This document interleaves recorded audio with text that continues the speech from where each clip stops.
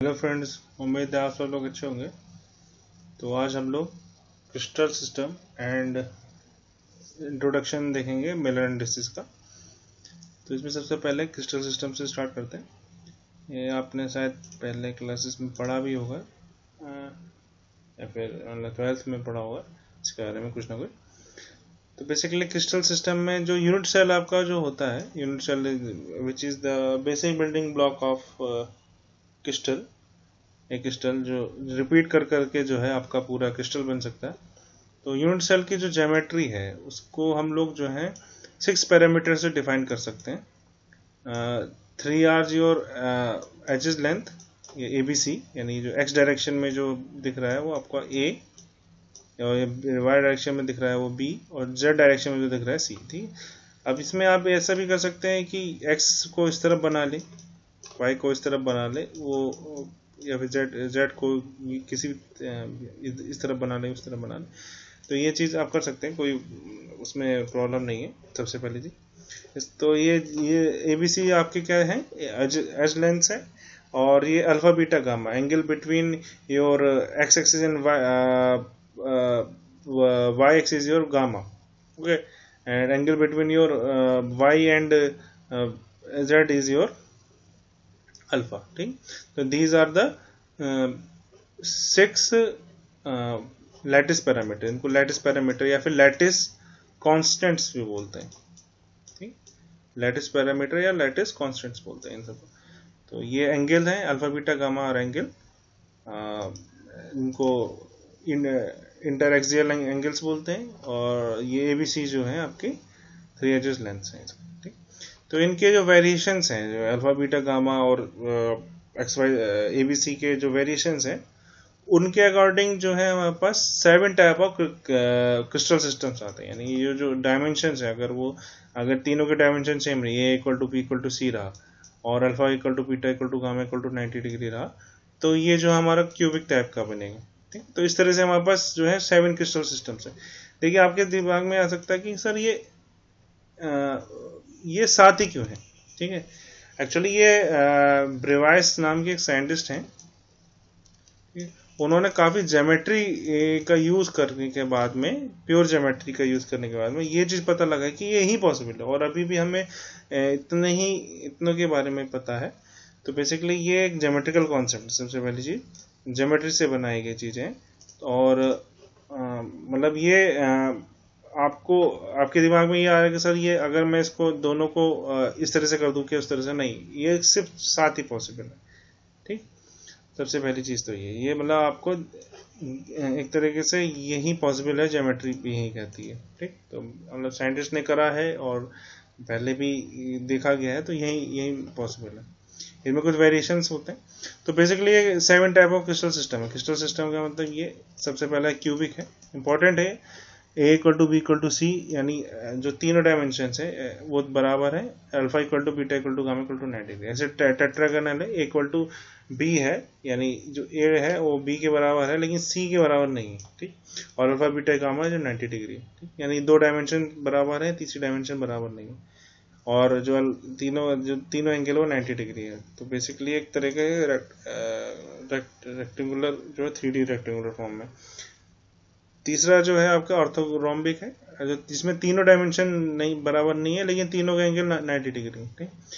Rhombohedral है, ABC, मतलब तीनों डायमेंशन तो बराबर है लेकिन दो उनमें से एंगल तो बराबर है, तीनों एंगल बराबर है, सॉरी, लेकिन कोई भी 90 डिग्री का नहीं है। ठीक है, 90 डिग्री का कोई नहीं है लेकिन तीनों एंगल बराबर है, तीनों डायमेंशन बराबर है। इसके बाद हेक्सागोनल आपका जो है 2 डायमेंशन बराबर होगी, तीसरी वाली डायमेंशन बराबर नहीं होगी, और 2 एंगल 90 डिग्री होंगे, तीसरा वाला जो है 120 डिग्री का। तो आपके दिमाग में होगा सर ये इसको हेक्सागोनल तो ऐसा कुछ इस तरह से दिखता है। बात यह है कि ये जो हेक्सागोनल है, ये जो डायमेंशन है ABC जो जिसमें A और B बराबर है, तो इसमें से A और B ये बराबर हो गए। C जो बराबर नहीं है तो इसकी वजह से यहाँ पे C है। और तीनों के 90 डिग्री, दो एंगल 90 डिग्री है, और ये वाला जो एंगल है आज का वो 120 डिग्री का है। ठीक है। तो ये जब हम लोग इसको जो है इस तरह से देखते हैं तो ये भी कुछ इस तरह से, ये जो एंगल्स हैं, ये ए बी जो डायमेंशन है वो बराबर है इसके इस साइड का। ये देखिए इस तरह से बना रहा है, मैंने पहले भी इसको थोड़ा बताया। तो ये जो है 3 बार जब आप इसको रिपीट कर देते हैं, ये जो है आपका जो ब्लॉक बन रहा है, ये पूरा ब्लॉक जो है आपका हेक्सागोनल बनाता है। ठीक, ये तो ये जब 3 बार आप रिपीट करते हैं तब ये पूरा हेक्सागोनल बना रहा है। ठीक है, तो कंफ्यूजन नहीं करनी है इसमें। दूसरी बात, ये जो डायमेंशन है, ये दोनों डायमेंशन बराबर होती है। ये जो इसकी हाइट है ये जो है अलग रहती है सी। दूसरी बात है, इसमें 2 एंगल जो है 90 डिग्री रहते हैं और एक एंगल जो है 120 डिग्री का। ये जो एंगल है आपका 120 डिग्री का रहता है। 120 240 और 240 प्लस 120 360। ठीक है, तो ये जो पूरा एंगल है 360 का, इसमें 120 का एक के पोर्शन में आता है, दूसरे के उसमें 120 का आता है, तीसरे के उसमें 120 का। इस तरह से तीन जो है मिलके ये इस तरह से बनाते हैं हेक्सागोनल।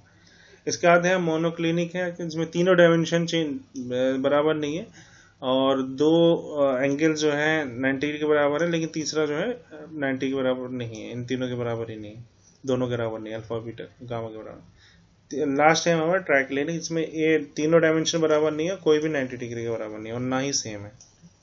तो ये है इस तरह से। ये कितने हैं हमारे पास? टोटल 7 क्रिस्टल सिस्टम है। ठीक है, इनको हम लोग क्रिस्टल सिस्टम बोलते हैं।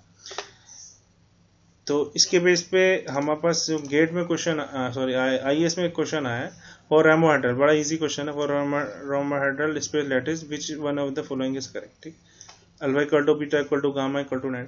तो आपको ये सब पता होना चाहिए कि अगर आप मतलब कॉम्पिटिटिव एग्जाम्स के लिए जा रहे हैं आईएएस से, तो ये क्वेश्चन आ चुका है 2007 में एक बार। तो आपको ये पता होना चाहिए कि रोम्बोहेड्रल स्पेस लैटिस क्या क्या है। तो रोम्बोहेड्रल स्पेस लैटिस में alpha equal to beta equal to gamma रहता है, लेकिन तीनों में से कोई भी 90 डिग्री के बराबर नहीं रहता। ठीक है, तो alpha equal to beta equal to gamma ये वाला नहीं हो सकता है। Alpha equal to beta equal to gamma और 90 डिग्री के बराबर, तो ये आंसर हो गया आपका। इस तरह से सिमिलरली जो इस तरह क्वेश्चन 2001 में भी आया है, उसमें क्या है, विच one of the following pair of axis length ABC and inter axial angles alpha beta gamma represent the tetrahedral crystal. तो आपको याद होना चाहिए कि टेट्राहेड्रल क्या बनाता है। टेट्राहेड्रल के केस में क्या है, ए इक्वल टू बी है but it is not equal to C, and alpha equal to beta equal to gamma equal to 90। ठीक है, तीनों बराबर। तो alpha equal to beta equal to gamma equal to 90 degree. सबसे पहली बात तो ये, तो इसमें बी और ए और बी हो सकता है, लेकिन जो है A equal to B equal to does not equal to C वाला जो है आपका जो एज एक्सिस लेंथ है वो भी बताया। तो इस वजह से इसका आंसर हो गया बी आपका। ठीक, बड़े सिंपल क्वेश्चन है। तो ये आप आईएएस में आ चुके हैं पहले इंजीनियरिंग सर्विसेज में। तो आगे बढ़ते हैं। इसके बाद जो ये 7 क्रिस्टल सिस्टम है, इसमें जब आप एटम्स को अरेंज करना स्टार्ट करेंगे या फिर आयंस को अरेंज करेंगे, तो ये देयर आर ओनली 14 पॉसिबिलिटीज। ठीक है, तो ये 7 क्रिस्टल सिस्टम से हमारे पास क्या है, 14 जो है ब्रेवियस लैटिसेस है। ठीक है, स्पेस लैटिस बोलता है बस। तो सबसे पहले आपका क्यूबिकल है, टेट्रागोनल है, ऑर्थोगोनिक है, मोनोक्लिनिक है, ट्राइक्लिनिक है, ट्रायगोनल है और हेक्सागोनल है। ये 7 ब्रेवियस लैटिसेस है। इनके क्रिस्टल सिस्टम है, इनके करस्पॉन्डिंग ये जो है ब्रेवियर लैटिस। यानी जब क्यूबिक की बात करो तो इसमें सिंपल क्यूबिक हो सकता है, बॉडी सेंटर्ड क्यूबिक हो सकता है, face centred cubic. Simple cubic में क्या होता है, एटम्स जो है आपके सिर्फ कॉर्नर्स पे अरेंज रहते हैं इसके, या फिर जो भी पार्टिकल है वो सिर्फ कॉर्नर पे अरेंज रहते हैं।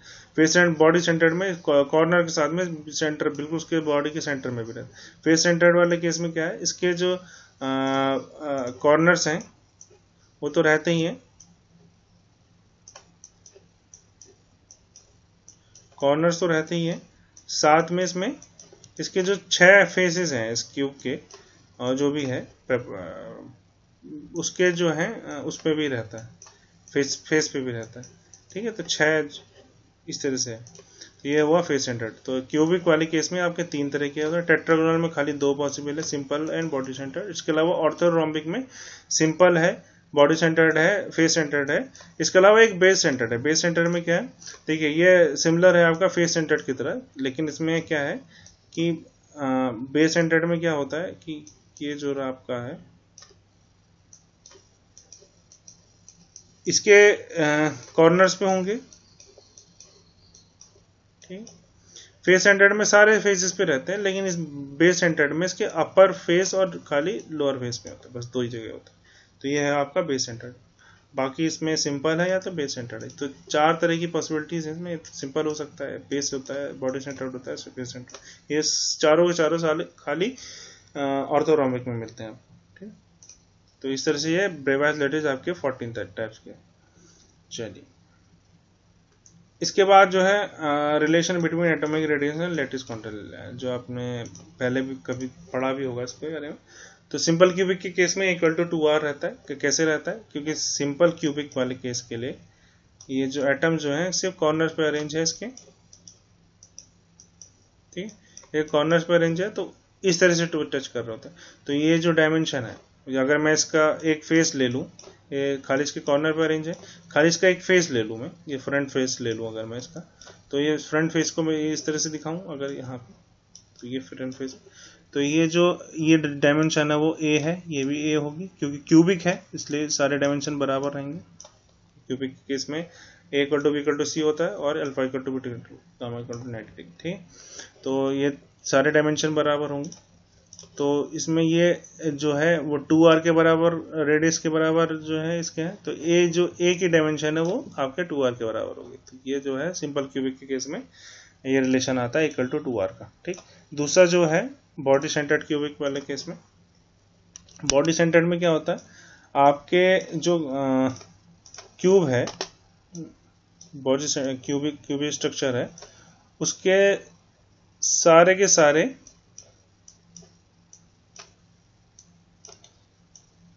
कॉर्नर्स पे होते हैं एटम्स। उसके अलावा इसके बिल्कुल बीचों बीच एक बॉडी के बीचों बीच में रहेगा। तो इस तरह से कुछ, ठीक। चारों मतलब 8 कॉर्नर्स पे और बीचों बीच में।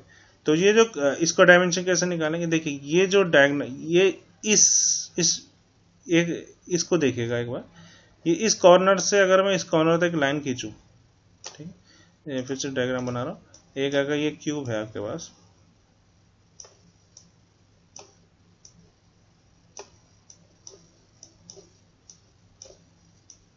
ठीक। इस कॉर्नर से लेकर इस कॉर्नर तक एक लाइन खींचूं, ठीक है।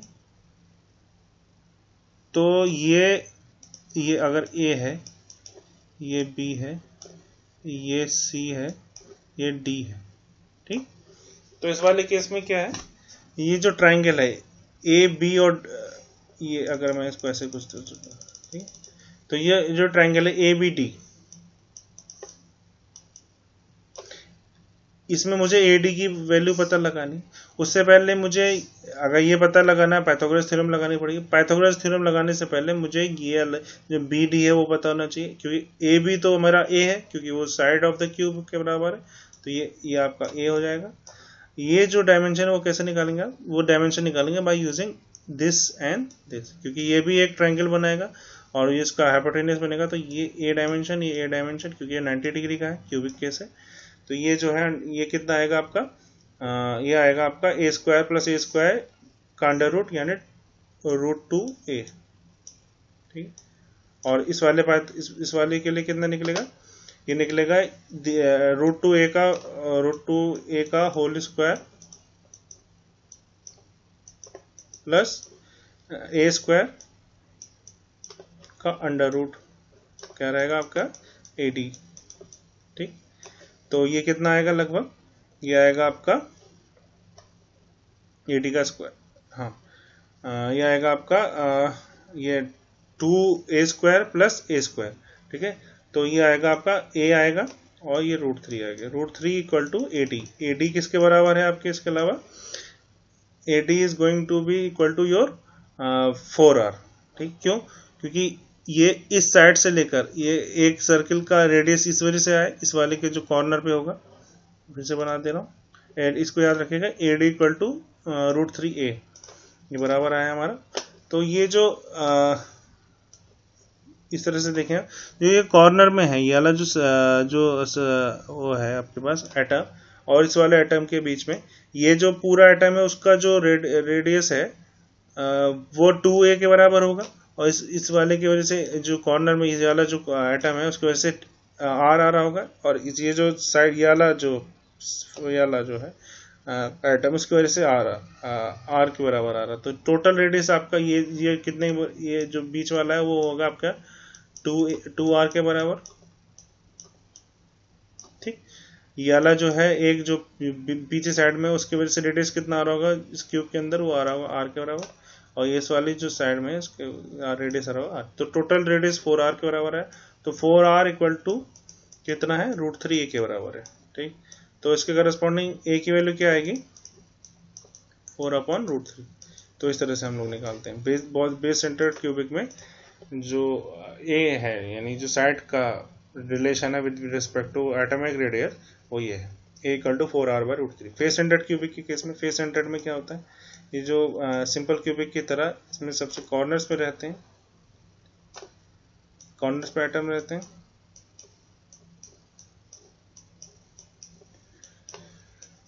और उसके साथ में इसके फेसेस पे रहते हैं। ठीक, ये फ्रंट फेस, बैक फेस, ऊपर साइड, इस साइड, दिस साइड, दिस। तो इसका एक अगर मैं सिंपल एक फ्रंट फेस लूं तो इस तरह से दिखेगा, ये 4 एटम जो है कोने में, और एक बीचों फेस के बीचों बीच में। ठीक, तो इसमें जो डायमेंशन होगी वो a होगी, और इस क्यूब की जो डायमेंशन होगी वो भी a के बराबर होगी, और ये किसके बराबर, ये जो है आपका 4a होगा, क्योंकि ये आधा इसका आ रहा है और आधा इसका आ रहा है, r इसकी वजह से आ रहा है, r इसकी वजह से आ रहा है, और यहाँ पे 2r इसकी वजह से आ रहा है बीच वाले से। तो ये जो इसका डायमेंशन कैसे बनेगा, ये बनेगा आपका ये a² plus a² equal to this square,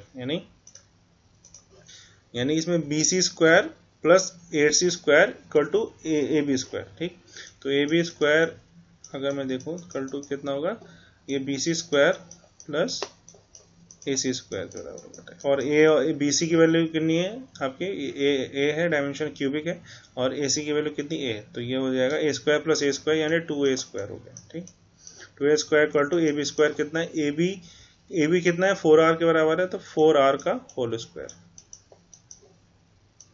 ठीक, तो ये 4r² इक्वल टू 4r का होल स्क्वायर इक्वल टू कितना है, 2a²। ठीक, तो ये 16r² इक्वल टू कितना है, a² के बराबर आएगा। तो 16r इक्वल टू 2a² आया। ठीक है, तो a² से कैसे निकलेगा, वो आएगा 8r² के बराबर आएगा, और a की वैल्यू कितनी आएगी, 2√2, यानी 8 को कैसे तोड़ेंगे, 4 इंटू 2 के बराबर, तो 4 का अंडर स्क्वायर क्या आएगा, 2 आएगा इंटू √2। तो a का जो वैल्यू आएगी वो आएगी 2√2 इंटू r। ठीक, तो ये रहा आपका फेस सेंटर्ड क्यूब। तो इस तरह से है, ये आपने पहले भी शायद क्लासेस में पढ़े हैं, इसका रिलेशन कैसे निकालते हैं, इसलिए थोड़ा सा जल्दी कर दिया। इसके बाद नेक्स्ट चीज़ है हमारे पास, ये पहले भी मैं बता चुका हूँ इस क्वेश्चन को, ये आपका पता होना चाहिए। सिंपल क्यूबिक के केस में क्या रिलेशन होता है, बॉडी सेंटर्ड क्यूबिक के केस में क्या होता है, फेस सेंटर्ड क्यूबिक में क्या होता है। फिर ये आपको ट्राई के लिए कर नहीं पता है, अगर इसमें से पूछा है कि which is not correct match. ठीक है, तो अगर ये तीनों सही मैच कर रहे हैं तो इसका यही मैच नहीं कर रहा होगा, तो C is your answer in this case. Similarly यहाँ पे क्रिस्टल स्ट्रक्चर के ऊपर के क्वेश्चन है, नेम ऑफ एलिमेंट दे रखा है इस तरफ, और क्रिस्टल स्ट्रक्चर दे रखे हैं इस तरफ। ठीक, तो इस तरह क्वेश्चन में आपको कुछ पूरा क्वेश्चन का आंसर हो जरूरी नहीं हो पता हो, लेकिन कुछ का आंसर पता होना चाहिए। जैसे आपको क्या पता, आपने ये अल्फा आयरन का नहीं पता है, फ्लोरा सल्फर का नहीं पता है, लेकिन आपका सिल्वर का अगर पता है तो सिल्वर के करस्पॉन्डिंग जो होता है आपका वो फेस सेंटर्ड क्यूबिक होता है। जब फेस सेंटर्ड क्यूबिक होता है सिल्वर के करस्पॉन्डिंग, तो यानी सी का जो है उसका करस्पॉन्डिंग 4 होना चाहिए। तो सी के करस्पॉन्डिंग 4 किस में है, सी के 4 करस्पॉन्डिंग 4 एक तो ए वाले ऑप्शन में, उसके अलावा डी वाले ऑप्शन में। तो इसका मतलब बी वाला ऑप्शन तो पहले चला गया, एक ही सेलेक्ट कर। ठीक, अब आपको क्या पता, जिंक का पता हो, तो जिंक के केस में आपका डी की करस्पॉन्डिंग हेक्सागोनल होता है, हेक्सागोनल क्लोज पैकिंग होती है, तो इस वाले केस में ये वाला चला जाएगा, तो आपका आंसर हो जाएगा ये 30। तो आपको कुछ एग्जाम्पल इसके याद होने चाहिए, जरूरी नहीं है पूरे आपको याद हो, जनरली इसी तरह सिंपल क्वेश्चन है जो हर एक आई इंजीनियरिंग सर्विस में आया हुआ है। इसके बाद नेक्स्ट है हमारे पास, ये आपको मुझे कमेंट सेक्शन में इसका आंसर बताना है। ये सिमिलरली पिछली बार की तरह क्वेश्चन है, इसमें एलिमेंट्स दे रखे हैं, उसके करस्पॉन्डिंग आपको ये दे रखे हैं, लिस्ट दे रखी है, उसमें एक कोडिंग दे रखी है। तो आपको ये कोडिंग ए के करस्पॉन्डिंग ये है, बी के करस्पॉन्डिंग ये है, सी के करस्पॉन्डिंग है, डी के करस्पॉन्डिंग है, इनमें से कौन सा वाला सही है इसके बारे में बताना। ये आप मुझे कमेंट सेक्शन में बताइए कि इनमें से कौन सा सही मैच कर रहा है, ए बी सी डी। ठीक, चलिए ठीक। इसके बाद हम लोग देखते हैं क्रिस्टलोग्राफिक डायरेक्शन एंड प्लेन्स के बारे में। तो बेसिकली हम लोग अब स्टार्ट कर रहे हैं। इस जो टॉपिक है उसको मैं सोच रहा था एक वीडियो बनाऊं, लेकिन मुझे लगा कि ये मेरे एक्सपीरियंस से मैंने देखा है कि बच्चों को थोड़ी सी इसमें कन्फ्यूजन रहती है। तो इसको जो है मैं थोड़े से तोड़ के टॉपिक को बनाने की कोशिश कर रहा हूँ। तो बेसिकली इसमें सबसे पहले चीज़ होती है मिलर इंडिसेस के बारे में। तो मिलर इंडिसेस हम लोग सबसे पहले कहाँ यूज़ करते हैं? मिलर इंडिसेस हम यूज़ करते हैं जनरली डायरेक्शन ऑफ प्लेन्स को बताने के लिए कि वो कौन सा प्लेन है, कौन सी डायरेक्शन है। ठीक जी, जो आज हम लोग इसमें खाली बेसिक देखेंगे। ठीक, तो मिलर इंडिसेस में जो डायरेक्शंस है, जो डायरेक्शन है मिलर इंडिसेस में क्या होगा, एक 3 नंबर होंगे, एक होगा U, दूसरा होगा V या फिर W होगा, या 3 नंबर होंगे सिंपल से। तो उन नंबर को हम लोग अगर एक स्क्वायर ब्रैकेट में बना रहे हैं, ठीक है, तो वो डिनोट क्या करता है, वो डायरेक्शन को डिनोट कर रहा है। ठीक, डायरेक्शन को डिनोट कर रहा है। और अगर मैं इसको जो है उसी तरह के 3 नंबर्स को जो है एक एंगल टाइप ब्रैकेट में डाल रहा हूँ, तो ये क्या डिनोट करे, फैमिली ऑफ डायरेक्शन को बता रहा है। ये फैमिली ऑफ डायरेक्शन क्या होती है हम बाद में देखेंगे, लेकिन ये मतलब आपको पता होना चाहिए क्या हो रहा है। तो स्क्वायर ब्रैकेट में है तो वो डायरेक्शन को डिनोट कर रहा है, और फैमिली और डायरेक्शन को डिनोट करने के लिए मैं ये एंगल टाइप ऑफ ब्रैकेट का यूज कर रहा हूँ। सिमिलरली जब मैं इसको सिंपल ब्रैकेट में के 3 नंबर्स हैं 1 2 3 है या 1 1 1 है, इसको अगर मैं विदाउट यूजिंग कॉमास, सबसे पहली चीज कि दोनों में मैं कॉमास का यूज नहीं करता हूँ। ठीक, मैंने इंटेंशनली यहाँ पे कॉमा बीच में नहीं लगाया। तो अगर मैं सिंपल ब्रैकेट में कुछ 3 नंबर डाल रहा हूँ तो मैं क्या डिनोट करना चाह रहा हूँ, मैं क्रिस्टल प्लेन को डिनोट करना चाह रहा हूँ। ठीक, और अगर मैं कर्ली ब्रैकेट में इसको 3 नंबर को पुट कर रहा हूँ तो 1 1 1, तो मैं क्या डिनोट करना चाह रहा हूँ, फैमिली ऑफ प्लेन्स के बारे में डिनोट करना है। फैमिली ऑफ प्लेन क्या होती है, फैमिली ऑफ डायरेक्शन क्या होती है, बाद में मैं समझाऊंगा, लेकिन आपको थोड़ा सा भी पता होना चाहिए स्क्वायर ब्रैकेट क्या दिखा रहा है, एंगल ब्रैकेट क्या दिखा रहा है। तो सबसे पहले सिंपल चीज से हम स्टार्ट करते हैं। अगर मुझे ये पॉइंट के कोऑर्डिनेट पता करने हैं, ठीक, ये पॉइंट के कोऑर्डिनेट पता करने हैं, ये आपका एक क्यूबिकल स्ट्रक्चर है, या फिर कहूँ कि क्यूबिकल नहीं है, ये एक डायमेंशन है इसके ABC की आपकी वैल्यू दे रखी है यहाँ पे। ठीक है, आपको इसके पॉइंट कोऑर्डिनेट पता करना है इस एग्जांपल में। ठीक, सिंपल है। तो और इसके आपको ये डायमेंशन बता रखे हैं। ये आपका क्या है, ये एक बॉक्स है या फिर मतलब कोई बॉक्स है। इसमें आपके ये A क्या दिखा रहा है, आपके X डायरेक्शन को दिखा रहा है, ये B क्या दिखा रहा है, आपका Y डायरेक्शन को दिखा रहा है, ये C क्या दिखा रहा है, आपको Z डायरेक्शन को दिखाना सबसे पहली चीज। इसका ओरिजिन जो है इस कॉर्नर में मानते हैं हम लोग। ठीक, तो इसी ओरिजिन से हम लोग सारी डायमेंशन को देख रहे हैं। ठीक, तो इसमें ये क्या बताया, ये जो आपका बॉक्स है इसकी डायमेंशन दे रखी है ABC की, ये यहाँ से यहाँ तक की डिस्टेंस कितनी है आपकी, ये है 4.6 एंगस्ट्रॉम। ठीक है, डायमेंशन है एंगस्ट्रॉम। और ये B वाले की 8.8 दे रखी है, C वाले की कितने दे रखी है 5.4। अब इसका आपको क्या पता करना है, आपको ये पता करना है कि ये जो पॉइंट दे रखा है जो कि x डायरेक्शन में 1.15 है, यानी ये यहाँ से यहाँ, अगर यहाँ से 1.15 गए, उसके y डायरेक्शन में कितना है 4.4 है, 4.4 चले में, और z डायरेक्शन में कितना है 2.7 ऊपर गया। तो ये जो है तब मैं इस जगह बोलूँ, यानी ये XYZ से ओरिजिन से इतना डिस्टेंस पे है, x direction, y direction, z direction. तो इसमें मुझे इसका क्या पता करना है, पॉइंट कोऑर्डिनेट पता करना है। तो इसमें सबसे पहली चीज the position of the point located within a unit cell can be specified in terms of its coordinate as a fractional multiple. ठीक है, तो क्या दिखाना चाह रहा हूँ मैं, कैसे होगा इसका, मुझे पॉइंट कोऑर्डिनेट पता करने कैसे पता चलेंगे। तो बेसिकली मैं क्या करूँगा, एक्स को डिवाइड कर दूंगा इसके डायमेंशन से, मतलब जो एक्स के करस्पॉन्डिंग है, जो एक्स डायमेंशन है या जो भी 1.15 है, इसको मैं डिवाइड कर दूंगा किससे, इसके जो टोटल जो इसका क्यूब का जो डायमेंशन है इन एक्स डायरेक्शन। ठीक, यानी एक्स डायरेक्शन में कितना है 4.6 से डिवाइड करूंगा इसको। अगर आप जब कैलकुलेट करेंगे तो अप्रोक्सीमेटली 1/4 के बराबर आएगा। ठीक है, तो एस के डायरेक्शन में इसके पॉइंट कोऑर्डिनेट कितना हो गया 1/4। ठीक, सिमिलरली वाई के डायरेक्शन में कितना होगा, देखिए वाई 4.4 है, और वाई के करस्पॉन्डिंग जो मैक्सिमम जो ये क्यूब की जो मतलब जो बॉक्स की जो वाई डायरेक्शन में डिस्टेंस है वो कितनी है, 8.8 है। तो ये 4.4 डिवाइडेड बाई 8.8 ये अप्रोक्सीमेटली 1/2 के बराबर है। ठीक है, तो ये 1/2 इस तरह से हम लेंगे। ऐसे सिमिलरली जेड के करस्पॉन्डिंग लेंगे 2.7 डिवाइडेड बाई 5.4।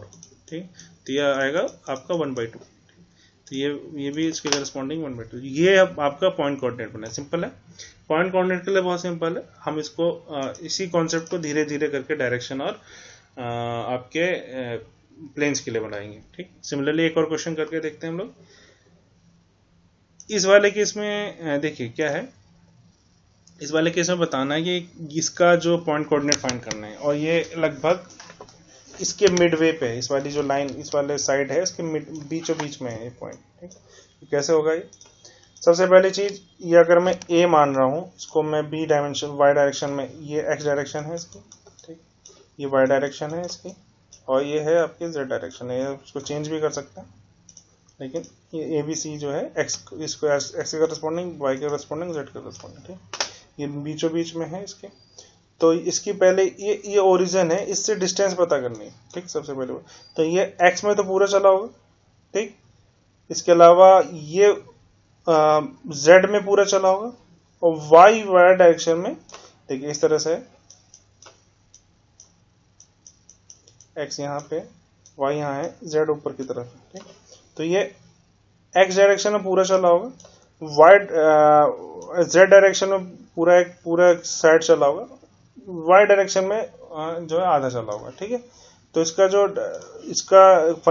जो है रेशियो अगर आप लेंगे इसके डायमेंशन का, तो ये कितना आएगा, ये कोई भी डायमेंशन होगी तो इसके जो कोऑर्डिनेट होंगे वो कैसे होंगे, वो होंगे a b/2 और c।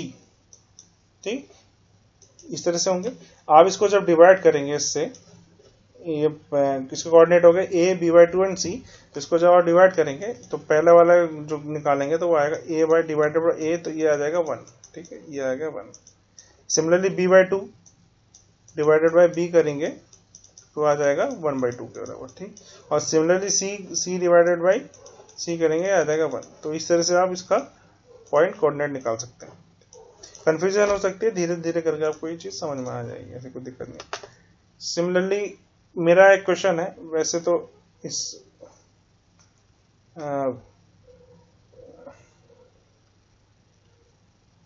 चलिए इसको करा ही देते हैं। इसमें जो बीसीसी स्ट्रक्चर है, यूनिट सेल है, उसमें जो सारे जो भी एटम्स है, बीसीसी में क्या होता है, सारे कॉर्नर पॉइंट्स पे होते हैं और सेंटर के बीचों बीच होता है। इसके करस्पॉन्डिंग मुझे क्या पता करना है, इसके करस्पॉन्डिंग मुझे पॉइंट कोऑर्डिनेट फाइंड करना है। ठीक है, तो मैंने इसके नाम दे दिए 1 2 3 4, फिफ्थ जो बॉडी सेंटर पे रहेगा 5th 6th 7th 8th 9th, इसके पॉइंट कोऑर्डिनेट पता करने। सारे डायमेंशन आपके, क्योंकि बॉडी सेंटर क्यूबिक है तो सारे के सारे जो हैं ए डायमेंशन के होंगे, यानी A equal to B equal to C रहता है क्यूबिक वाले केस में। ठीक है, ये होता है, और साथ में alpha equal to beta equal to gamma equal to 90 degree, ये होता है बॉडी सेंटर। और साथ में बॉडी सेंटर में क्या होता है, सारे कॉर्नर्स के साथ में एक बीचों बीच एटम होता है। इस तरह से हमने जो आपके पास 9 एटम होंगे साइड्स में, 8 साइड्स में और एक बीचों बीच में। ठीक है, वो 5वां वाला बीच बीच में, इसके करस्पॉन्डिंग आपको फाइंड करना है। तो सबसे पहले साइड्स पता है आपको। सबसे पहले जो है इसके करस्पॉन्डिंग कोऑर्डिनेट क्या रहेंगे, 1 के करस्पॉन्डिंग। अब यहाँ से बिल्कुल चला नहीं है तो ये 0, 0, 0, एक्स डायरेक्शन वाई डायरेक्शन 0, 0, 0। ठीक, तो इस तरह से अब इसको डिवाइड करेंगे हम इसके मैक्सिमम से। ठीक, एक्स 0 डिवाइडेड बाई एक्स का जो मैक्सिमम है वो कितना है, वो है आपका a, क्योंकि क्यूबिक है तो ये आएगा 0। ऐसे बी के लिए डिवाइडेड बाई ए क्यों डिवाइड करा बी वाले केस में भी, वाई डायरेक्शन में भी, क्योंकि ये तीनों का डायमेंशन सेम है। ठीक, तो ये भी 0 है, 0 डिवाइडेड बाई ए, तो ये भी 0 है। तो इस वजह से point coordinate one first point का कितना रहेगा, वो रहेगा 0 0 0। ठीक, एक और एग्जांपल, एक और मैं करके देख, दो मैं और करके दिखाता हूँ। एक मैं करता हूँ आपके लिए थर्ड पॉइंट के लिए। ठीक, थर्ड पॉइंट को अगर हम देखें तो देखिए इसके डायमेंशन कितने होंगे। ये जो है एक्स डायरेक्शन में चला है, फिर वाई डायरेक्शन में चला है, जेड डायरेक्शन में इसका कोई डायमेंशन नहीं है। तो यानी इसका जो डायमेंशन आएंगे वो कितने आएंगे, वो आएगा आपका ए, क्योंकि ए में पूरा चला है, वाई में पूरा चला है। ठीक, ए कॉमा ए, जेड में कुछ नहीं चला तो 0। ठीक, ए कॉमा 0। अब इसको डिवाइड करेंगे हम लोग, टोटल उसके dimension A divided by A, यानी ये जो पहला वाला एक्स वाला ए है, divided by A equal to 1 आएगा। ठीक, similarly A divided by A, ठीक है, बी में भी मैक्सिमम डायमेंशन ए है क्यूबिक है, तो ये भी 1 आया। 0 डिवाइडेड बाई ए, ठीक, क्योंकि जेड डायरेक्शन में चला है तो ये जाएगा 0। तो इसका जो पॉइंट कोऑर्डिनेट होगा थर्ड वाले पॉइंट का, वो कितना होगा, वो होगा 1 1 0। ठीक, 1 1 0 इस तरह से। सिमिलरली अगर मैं एक और पॉइंट का देखूं, मैं अगर इसका देखूं फिफ्थ पॉइंट का, ठीक है, पहला वाला पॉइंट है, ये बिल्कुल सेंटर में है, तो इसके जो डायमेंशन होंगे वो एक्स डायरेक्शन में कितना चला होगा, 1/2 चला होगा, यानी a/2 चला होगा। ठीक, ऐसे ही सिमिलरली वाई डायरेक्शन में कितना चला होगा, ये चला होगा a/2 के बराबर चला होगा। ठीक, सीधा जेड डायरेक्शन में कितना चला होगा, इस डायरेक्शन में चला होगा a/2 के बराबर। ठीक, तो a/2 चला, a/2 चला ये पॉइंट, और a/2 ये डिस्टेंस कितनी है, a/2। अब इसके मैक्सिमम से डिवाइड कर देंगे अगर हम, तो a/2 divided by a equal to 1/2। Similarly a/2 divided by a equal to 1/2, a/2 divided by a equal to 1/2। तो ये जो फिफ्थ पॉइंट है उसका जो पॉइंट कोऑर्डिनेट्स है वो कैसे क्या होंगे, वो होंगे आपके 1/2 1/2 1/2। इस तरह से आप सारे सबके निकाल सकते हैं। ठीक, तो आज का लेक्चर आज हम लोग यहीं पे समाप्त करते हैं। These are the references which I used to make this presentation, and thank you.